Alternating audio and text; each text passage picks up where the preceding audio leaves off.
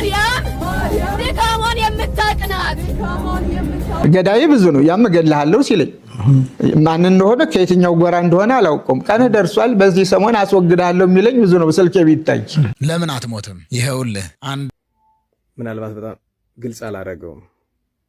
አባቶቻችን ነግረውን ነበረ። የቤተ ክርስቲያን መከራዋ የምዕመናን ጥፋት የሚጀምረው ሰይጣን ቤተ ክርስቲያንን ሲዋጋት አይደለም። ሰላም ጤና ይስጥልኝ። እንዴት አላችሁ? እግዚአብሔር የተመሰገነ ይሁን። በአዲስ ቪዲዮ ተመልሼ መጥቻለሁ። እንግዲህ ዛሬ የምንመለከተው ብፁዕ አቡነ አብርሃም የተለያዩ የሞት ማስፈራሪያዎች እየደረሳቸው እንደሆነ እየተናገሩ ነው። እንግዲህ በስልካቸው በየዕለቱ እንገልሃለን እያሉ ብዙዎች እንደሚያስፈራሯቸው ተናግረዋል። ምንድነው ምክንያቱ የሚለውን የምንመለከት ይሆናል። ሌላው እንግዲህ ደግሞ ሰሜኑን ለኢየሱስ በሚል ታስታውሳላችሁ በጎንደር የተካሄደው በተለይ ፕሮቴስታንቶቹ ያደረጉትን ነገር እንግዲህ ያኔ በምስሉ ሲታዩ የነበሩት ኦርቶዶክሳውያን ወጥተው እየተናገሩ ነውና ያኔ ምን ተከስቶ እንደዛ እንደሆነ ሁሉ በስርዓት እየተናገሩ ነው። ያንን ሌሎችን ነገሮች በስፋት አስቃኛችኋለሁ። እስከ ፍጻሜው አብራችሁን ቆዩ። ይህን ቪዲዮ ላይክ ማድረግ ቤቱንም ሰብስክራይብ ማድረጋችሁን አትርሱ። ከሁሉ በፊት እስቲ በአባት መቼም የአባት ምርቃት አይገኝም፣ በአባት ምርቃት እንጀምር። እግዚአብሔር ከእናንተ ጋር ነው። የምታሸንፉ እናንተ ናችሁ። አይዟችሁ፣ አትፍሩ። ሁሉም ያልፋል፣ መከራው ይወገዳል። በጸሎታችሁ እግዚአብሔር ከእናንተ ጋር ነው እስከ ዘላለሙ ድረስ። የታመማችሁን ይፈውሳችሁ፣ የተቸገራችሁን ችግራችሁን ያስወግድላችሁ፣ ባወጣችሁ ትተካላችሁ፣ ጸጋውን ያብዛላችሁ። እግዚአብሔር በረድኤቱ አይለየን ሁላችንም። የብፁዕ አባታችን የብፁዕ አቡነ ቀውስጦስ በረከታቸው ለሁላችን ይድረሰን። ሁላችሁም አሜን እያላችሁ ጻፉ። ምርቃታቸው በረከታቸው ለሁላችንም ይድረሰን። እንዲህ አይነት አባቶችን እግዚአብሔር አምላክ አያሳጣን። በእውነት ቤተክርስቲያኒቷ አሉኝ ከምትላቸው ብፁዓን አበው ሊቃነ ጳጳሳት መካከል አንዱና ደገኛው አባት ናቸው። ብፁዕ አቡነ ቀውስጦስ እንዲህ በእርግናቸው ዘመንም ቅድስት ቤተክርስቲያንን እያገለገሉ ምዕመናኑን በሃይማኖቱ እያጸኑ ለሀገረ ስብከታቸው በርካታ ስራ እየሰሩ ያሉ ታላቅ አባት ናቸው። ብራኪያቸው ይድረሰን። እሺ እስቲ አንዳንድ ነገሮችን በፊት እንመልከት። መቼም እመቤታችን ላይ ማይነሳ የለም። አሁን የጌታ ልደት እያከበርን መቼም ክርስቶስ የተወለደው ከድንግል ማርያም ነውና የዚህች እናት ስሟ ሲጠራ የሚያሳብዳቸው ብዙዎች አሉና ሰሞኑን በጣም ብዙዎች ዘንድ መነጋገር የነበረውን ነገር ላሳያችሁ። ማርያም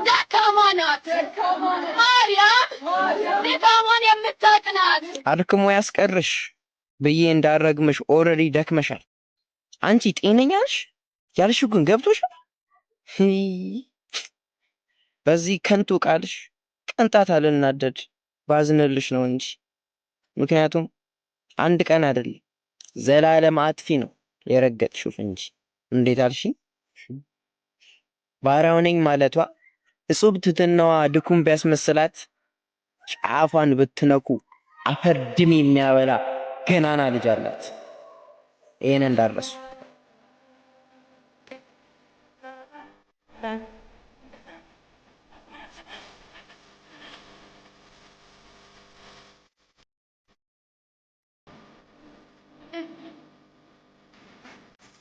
በጣም ያሳዝናል።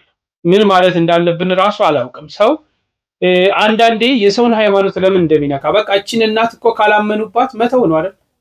መተው ነው። የሰውን እናት ያውም የክርስቶስ እናት የሆነችውን ማንቋሸሽ ለምን ያስፈልጋል? እኛ ስለገባን ጸጋና ክብሯ ፍቅሯ ስለገባን ያላት ጸጋ ያላት ክብር ስለገባን በዛ ክብር ልክ እንሰጣታለን። ድንግል ማርያምን ልንገራችሁ፣ እውነቴን ነው የምለው፣ እመቤታችን ወላዲተ አምላክን ልጇ ባከበራት መጠን ማንም ያከበራት የለም። ልጇ ባከበራት፣ ልጇ ባወደሳት፣ ልጇ በሰጣት ጸጋ ልክ የሰጣት ሰው የለም፣ ያከበራትም አካል የለም። ይሄ መታመን አለበት። ልጇ ወዳጇ ያከበራትን እኛ ማናከብራት ምን ስለሆንን ነው? አንተን ብቻ ነው የምንፈልገው፣ አንተ አምላኬ ብቻ የምንለው እናቱን ትተን ማለት ነው። ዛሬ በራሳችን ቤተሰቦች እንኳን መለስ ብለን እንይ። ሰዎች የኛን ቤተሰቦች የኛን እናቶች እየጠሉ እናንተን ወዳችኋለሁ ቢሉ ምንድነው የሚሰማችሁ? እናታችሁን እያንቋሸሸ እናታችሁን እያንቋሸሸች አንተን ነው የምፈልገው ብትል ምንድነው የሚሰማችሁ? እንኳን ዓለምን የፈጠረ የመድኃኒዓለም እናት ለሁሉ እናት የሆነች ሩህሩሃን እመቤታችን ይቅርና። ስለዚህ እኛ ጸጋና ክብሯ ስለገባን በገባን ልክ እናመሰግናታለን። የእሷን ጸጋና ክብርማ ተረድተን ልንጨርሰው አንችልም። ይሄ መታመን አለበት። እኛ ኦርቶዶክሳውያን የድንግል ማርያም ጸጋና ክብሯ ልጇ ያከበራት ምን ያህል መጠን እንደሆነ ተረድተን ማወቅ አንችልም፣ መጨረስም አንችልም፣ አቅምም የለንም፣ ለዛም ብቆች አይደለንም። ግን እኛ በገባን ልክ እናመሰግናታለን፣ እኛ በገባን ልክ እናከብራታለን፣ እኛ በገባን ልክ እንሰግድላታለን፣ እኛ በገባን ልክ እናወድሳታለን። እስቲ እኚህን መምህር ስሙና ወደ ቀጣዩ እናልፋለን። ሰው የድንግል ማርያም ውበት አልገባ ካለ ወይ ጋኔን ነው ወይ ጣዖት ነው። በዚህ እርግጠኛ ነኝ። የድንግል ማርያም ፍቅር ያልገባው ሰው ወይ ጋኔን ነው መሆን ያለበት ወይ ደግሞ ጣዖት ነው መሆን ያለበት። ለምን ካላችሁኝ የድንግል ማርያም ውበት እንኳን ሰውን እግዚአብሔርን ስሟ ፍቅር ወልድን ከዙፋኑ አወረደው። እግዚአብሔር 5500 ዘመን ንጹህ ሰው አጣ።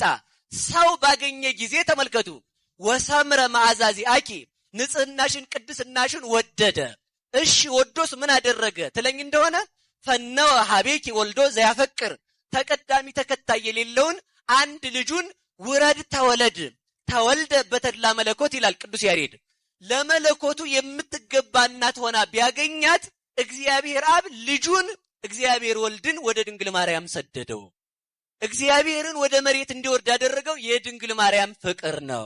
የድንግል ማርያም ፍቅር እግዚአብሔርን ከሳበው ወይንም የድንግል ማርያም ንጽህና ለእግዚአብሔር ተመልከቱ፣ ንጽህናዋ የእግዚአብሔርን አፍንጫ መያዝ ከቻለ የእግዚአብሔርን አፍንጫ ከሳበው አይኗ ከዋሳቷ ለእግዚአብሔር አይን ማረፊያ ከሆነ ፍጥረት ድንግል ማርያም አታስፈልገኝም ካለ አንተ ሰው ወይ ጣዖት ነው ልትሆን የምትችለው ማለት ነው። ለምን አንተ ከእግዚአብሔር ስለማትበልጥ ማለት ነው። እሷን የሰጠን መድኃኒዓለም የተመሰገነ ይሁን።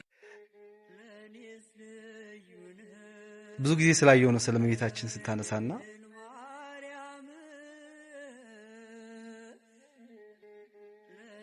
ቅድም አባ ጊዮርጊስ ዘጋስጫን ስናነሳ እመቤታችን የማመሰግንበት ፈልጌ አጣው የሚል ሐሳብ አነሳ።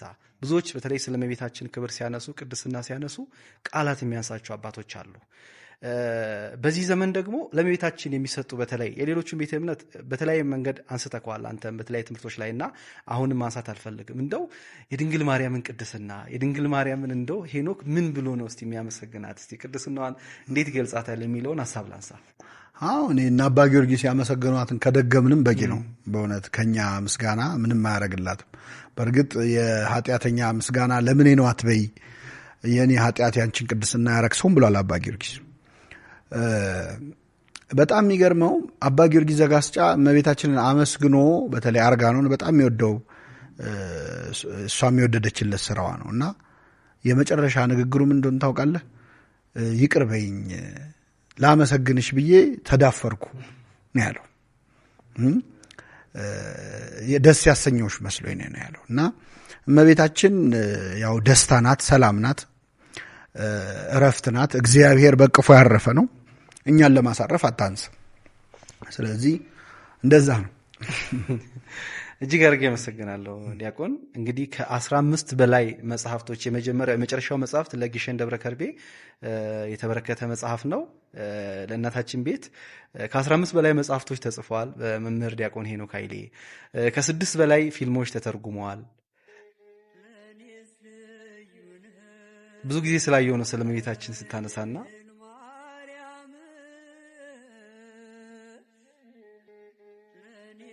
የእመቤታችንን ክብር የእመቤታችንን በረከት የቀመሰው ያውቀዋልና ብዙ ጊዜ ስለእመቤታችን ስታነሳ መድረክ ላይ ስለምሰማ እንደው እንዲገለጽ ስለፈለኩ ነው በአንተ ሐሳብ ያነሳሁትና ዲያቆን ሄኖክ ኃይሌ እንግዲህ ከ15 በላይ መጽሐፍቶችን እንዲሁም ደግሞ ከ6 በላይ ፊልሞችን በትርጉም ደረጃ ከዛ ባለፈ ደግሞ ወደፊት የሚወጡ እጅግ የተለያዩ ጥበባዊ ስራዎች አሉ። የመዝሙርና ግጥም ዜማዎች በጣም እጅግ ብዙ ቅድም የጠቀስነው አለ። ቤተክርስቲያንን አንተውም ከቶ በዚህ ዘመን እንደ ቤተክርስቲያን እንደ አርማ የሚዘመር መዝሙር ነው። ይሄንን ወንድማችን ዲያቆን ሄኖክ ኃይሌ ደርሶት እዚያ አድርሶታል ማለት ነው።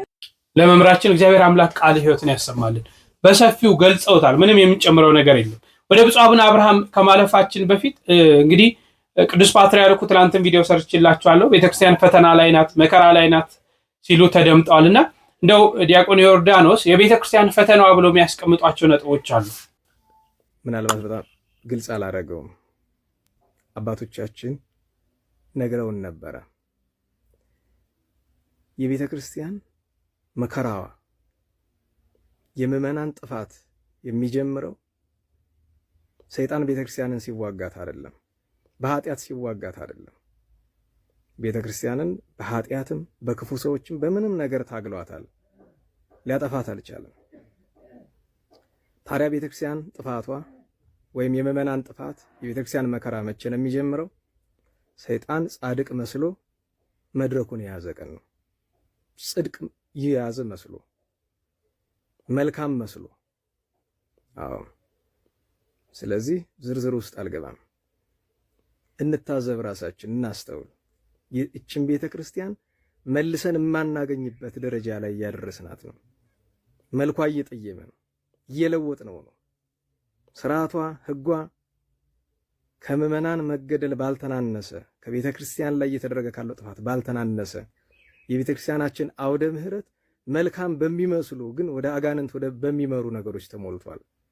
ለዛ ነው የቤተ ክርስቲያን ጥፋቷ የሚጀምረው ሰይጣን ጻድቅ መስሎ አውደ ምህረት የወጣ ቀን ነው። ሰይጣን በራሱ መውጣት አይችልም፣ በሰው አድሮ ነው የሚወጣው። ያኔ ነው የመጨረሻው ጥፋት፣ የጥፋት ርኩሰት ተገልጦ ጻድቅ መስሎ በወጣበት መድረክ ተገልጦ በነቢዩ በዳንኤል የተነገረው ነገር ሲፈጸም ያኔ ሁሉ ነገር ያበቃል። ስለዚህ እናስተውል፣ ልብ እንበል፣ እናስተውል። መድረክ የቆመው ነገር በሙሉ ከእግዚአብሔር አይደለም። ቃለ እግዚአብሔር የሚናገረው ሁሉ ከእግዚአብሔር አይደለም። እዘምራለሁ የሚለው ሁሉ ከእግዚአብሔር አይደለም። ጥሩ ልብስ የለበሰ ሁሉ ከእግዚአብሔር አይደለም። እናስተውል። ቤተ ክርስቲያን እየደረሰባት ካለው ግፍ በላይ የሚያስፈራኝ ሰይጣን ጻድቅ መስሎ የቤተ ክርስቲያንን መድረክ መቆጣጠሩ ነው። ጽድቅ የሚሰራ መስሎ አውደ ምሕረቱን መያዙ ነው። ይሄ እኔ ቃል እንዳይመስላችሁ፣ አደራ ብለውን ሄደው ነበረ። የተናገሯት ሁሉ ነገር አትቀርምና አባቶቻችን ይኸው እየሆነ ነው።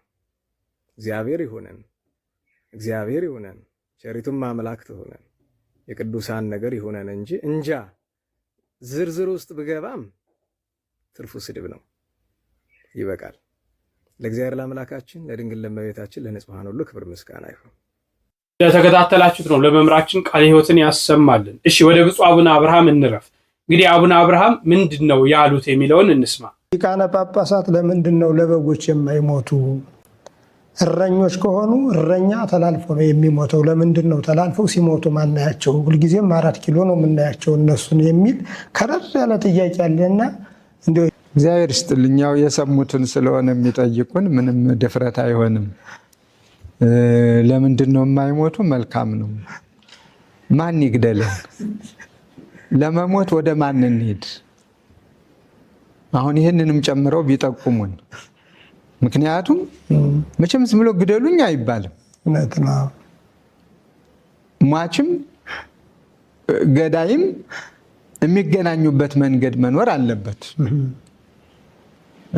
እኔ ሊያስወቅሰን ይችላል ብዬ የማምነው ከአባቶቻችን እንደተማርነው አንተ ካድ ብሎ አንድ አረሚ ቢመጣ ሃይማኖትህን ካድ፣ ማተብህን በጥስ፣ እኔ ላቆምኩት መስል ስገድ፣ እኔ የምልህን አድርግ የሚል ቢመጣና የዚያ ጊዜ ለመኖር ብለን አይሽ እንዳልክ ይሁን ይደረግልህ ብንል ለምንድን ነው ያልሞቱት?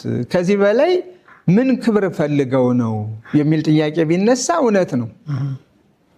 አሁን ሃይማኖትህን በጥስ ማለት ክርህን በጥስ፣ ሃይማኖትህን ለውጥ፣ እግዚአብሔርን ካድ የሚል ፊት ለፊት የመጣብን የለም እና አሟሟቱም ራሱ ጥያቄውን ጥያቄ ነው የሚያስነሳ። ምን ብለን እንሙት? ራስንም ለሞት ዝም ብሎ ያላግባብ ሞት እኮ አስተማሪ መሆን አለበት። ክርስቲያናዊ ሞት በነገራችን ላይ አስተማሪ ነው። አባቶቻችን የምናደንቃቸው በሕይወታቸው ከሰበኩት፣ በሕይወታቸው ካስተማሩት፣ በሕይወታቸው ወደ እግዚአብሔር ካቀረቡት ሕዝብ ይልቅ በሞታቸው ያቀረቡት ይበልጣል። ትክክል። ያ ማለት ደግሞ አሟሟታቸው አስተማሪ ስለሆነ ነው። እኛ አሁን ሙቱ የምንባለው በዘመኑ አንዱን ወግነህ ከአንዱ ጋር ቆመህ አንዱን ተቃውመህ ሌላውን ደግፈህ የዚያ ጊዜ መታሰር አለብህ። ሊያስር የሚችለው ሊገልህ የሚችለው ክፍል ሲመጣ አዎ ብለህ መሞት አለብህ የሚል ነው ያሁኑ ጥያቄ። ይሄ ደግሞ መጻሕፍት አላስተማሩንም። የኛ መነሻችንም እንግዲህ ቅዱስ መጽሐፍ ነው። መነሻችን የቅዱሳን ገድል ነው። መነሻችን ድርሳናቱ ናቸው። መነሻችን ቀኖና ቤተክርስቲያን ነው። ከቀኖና ቤተክርስቲያን ውጭ በሆነ መልኩ ምን ብለን እንሙት? ሞታችንስ ማንን ነው የሚያስተምር? 4 ኪሎ ላይ ነው የሚውሉት። 4 ኪሎ የሚውሉ ካሉ ይፈልጓቸው ያለ ስራ። ሁሉ 4 ኪሎ ነው እንደሚውለው? 4 ኪሎ በስራ የተሰማሩ ይውላሉ። በደዌ ዳኛ የተያዙ ይውላሉ። አመል ብሏቸው ደግሞ የሚውሉ ካሉ እሱ ሌላ ጥያቄ ነው። አለበለዚያ ብዙዎች የቤተ ክርስቲያንን ስርዓት እና ቀኖና ጠብቀን ሀገረ ስብከታችን ላይ ነው የምንቀመጠው። እንግዲህ እኔም 4 ኪሎ ተቀመጥኩ ከተባልኩ ኃላፊነት በነበረኝ ሰዓት ነው። ያም እዚህም ሳይቀር ነው። አሁን ደግሞ ያን ከጨረስኩ በኋላ 4 ኪሎ አየሁት የሚለኝ ካለ ወይ 1 ቀን ወይ 2 ቀን ለስራ ሄጄ አይቶኝ ሊሆን ይችላል። ከዚያ ውጭ ሀገረ ስብከቴ ነው። ስለዚህ ሀገረ ስብከቴ ላይ ችግር ተፈጥሮ በሀገረ ስብከቴ ውስጥ ሃይማኖታችሁን ለውጡ፣ ማተባችሁን በጥሱ፣ ካዱ የሚል መጥቶ መንጋውን ሲነጥቅ ሲገል እኔ ተደብቄ ተሸሽጌ ራሴን ለማዳን ተቀምጬ ከሆነ ለምንድን ነው ይሄ ክብር ያለፈ ብሎ ብወቀስ ለምንድን ነው? መቼ ልትሞት ነው ዛሬ ያልሞት? ሰማዕትነት ለምን አመለጠ? ልክ ነው። አባቶቻችን ሰማዕትነት አያመልጥ ነው ያሉት። ስለዚህ ያኛው ምን ፈልገ ነው ከዚህ በኋላ በባለ እውነት ነው። አሁን ግን ምንድን ነው እንደው እኮ ጥያቄው ራሱ ለምን አልሞታችሁም የሚለው ግራ የሚያጋባ ነው። አንደኛ እንዳለ እንደ ሀገሪቱ ከሆነ የምናየው ሀገሪቱ ሀገራችን ኢትዮጵያችን ታማለች። አው በጠና የሚፈውሳት ትፈልጋለች። ከእግዚአብሔርም በቀር ሌላ ፈዋሽ የላትም። ዓለም እንደሆነ ውድቀቷን እንጂ ትንሣኤዋን አይፈልግም። ዓለም እንደሆነ እርስ በርስ ልጆቿ መጋጫታቸውን እንጂ መፋቀራቸውን አይፈልግም። ዓለም እንደሆነ ትናንትና በጦርነት በልዩ ልዩ መንገድ ገብቶ በቅኝ ለመግዛት የሮጠውን ያህል ሳይሆንለት የቀረ ዛሬ መግቢያ አግኝቶ ልጆቿን እርስ በርስ እያናከሰ እርስ በርስ እያጣላ የላይ ፈሪ የታች ፈሪ እያለ ከማጋደልና ደም ከማፋሰስ ያለፈ የሚያስበው ነገር አይኖርም። ስለዚህ ጸቡ እንደ ትናንትናው ከሌላ ዓለምና ከኢትዮጵያ ጋር አይደለም።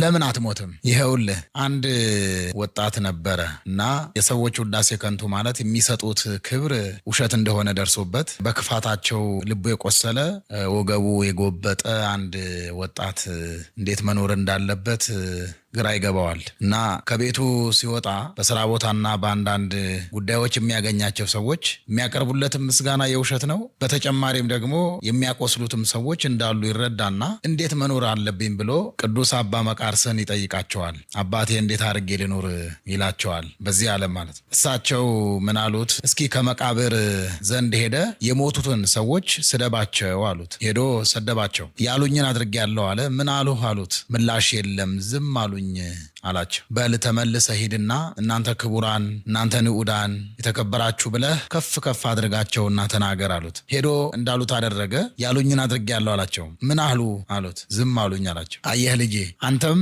ምስጋናም እልልታም ውዳሴም ቢያቀርቡልህ ሰዎች ባላወቅከው ቢነቅፉ ቢፈርዱብህም ዝም ብለህ እንደ ሞተ ሰው ኑር አሉት ይባላል። እንደምታውቁት አሁን ላይ የሰው ኑሮ የሰው የአኗኗር ባህል እየከፋ መጥተዋል። ለምስጋናም አንመችም፣ ለምርቃትም አንመችም። መርገማችንም ደግሞ የከፋ ነው። ፍቅራችንም አስተማማኝነት የለውም። ጥላቻችንም ደግሞ ከሰይጣን ብሰዋል እና በዚህ ብዙ ስብስብ ነገር ባለበት ሰዓት ይልቁንም ደግሞ ዓለም በተወሳሰበበት የሰው አንድነትና ፍቅር ከገጸ ምድር በጠፋበት ሰዓት እግዚአብሔርን ይዞ እንደ ሞተ ሰው ለእልልታውና ለሞቅታው ደንታቢስ ሆነው ሰዎች ከራሳቸው ተነስተው ከራሳቸው አመንጭተው ለሚያደርጉባችሁም ደግሞ የአላዋቂ አነጋገር የክፋትና የተንኮል አካሄድንም እንዲሁ እንደ ሞተ ሰው ሆናችሁ በማሳለፍ ችላ ብላችሁ መኖር ነውና እንደዛ ነው የሚሻለው።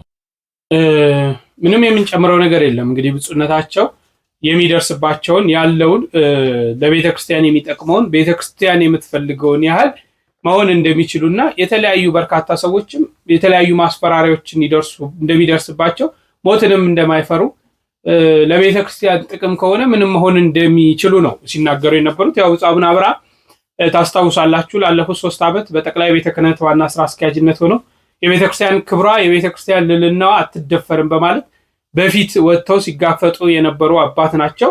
እንግዲህ የተሰጠው የጠቅላይ ቤተ ክህነት ስራ አስኪያጅነት ገደቡ ለ3 ዓመት ነው። ያን 3 ዓመት ጨርሰው እንግዲህ ወደ ሀገረ ስብከታቸው ተመልሰው አሁንም በሀገረ ስብከታቸው ያሉ ናቸው። እንግዲህ ጋዜጠኛው ሰፊ ጥያቄዎችን ጠይቋል። እዚህ ላይ እኔ ምንም ምለው ነገር የለም። ብዙ መነጋገር እንችላለን፣ ግን ጊዜውና ወቅቱ አይፈቅድም አይደል የሚባለው። ብፁዕነታቸው የሰጡት አለ። እናንተ እንደው እስቲ ሐሳባችሁን በዚህ ላይ የምትጠቅሱበት። በእውነት እረኞች ዛሬ ለመንጋው እየተጠነቀቁ ነው ወይ? እያሰቡ ነው ወይ? ለመንጋው እየደረሱለት ነው ወይ? መንጋውን በአግባቡ እየጠበቁት ነው ወይ? ከእግዚአብሔር የተሰጣቸውን ኃላፊነት እየተወጡት ነው ወይ? ቤተክርስቲያኒቷን እያስከበሩ ነው ወይ? ዛሬ ቤተክርስቲያኒቷ ላይ ፈተና የሚደርሰውን ከፊት ወጥተው እየተጋፈጡ ነው ወይ? የቤተክርስቲያን ልዕልናዋ ክብራ እየተጠበቀ ነው ወይ? ምዕመናኖቿ ዘብ አግኝተዋል ወይ? አባት አግኝተዋል ወይ? እረኛ አግኝተዋል ወይ? የሚያጽናና አግኝተዋል ወይ? አይዟችሁ እየተባሉ ነው ወይ? ዛሬ የት ነው? ምንስ ነው እየተሰራ ያለው?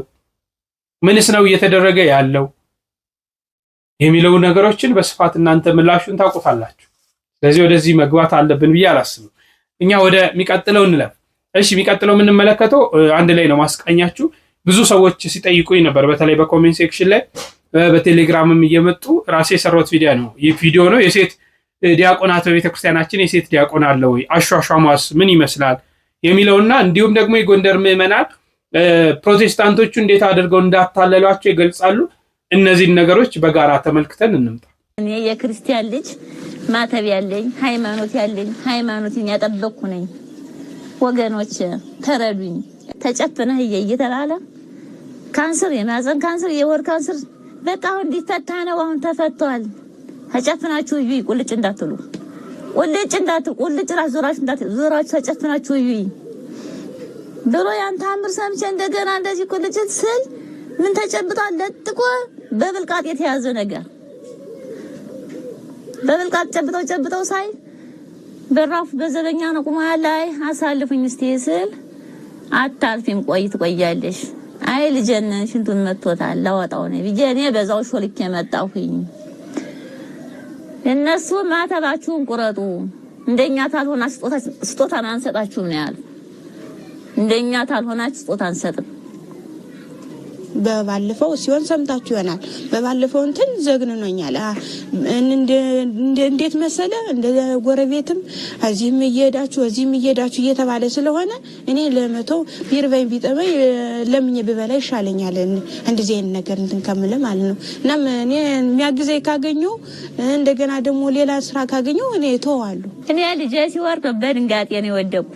ልጄን ላነሳ ልጄን ግብኛ ቦታ ወደቀብኝ። ታለ ስራዬ ወስጄ ልጄን ግብኛ አደረኩት ብዬ ነው በድንጋጤ ተሸረኩ እንጂ እኔ ለዚህ እምነት የለኝም። ወገኖች በየቴሌቪዥኑ በየስልኩም በየሁሉ የምታዩት እኔ የክርስቲያን ልጅ ማተብ ያለኝ ሃይማኖትን ያጠበቅኩ ነኝ። ወገኖች ተረዱኝ። እኔ በድንጋጤ ልጅ ደካማ ልጅ ስለያዝኩ ነው።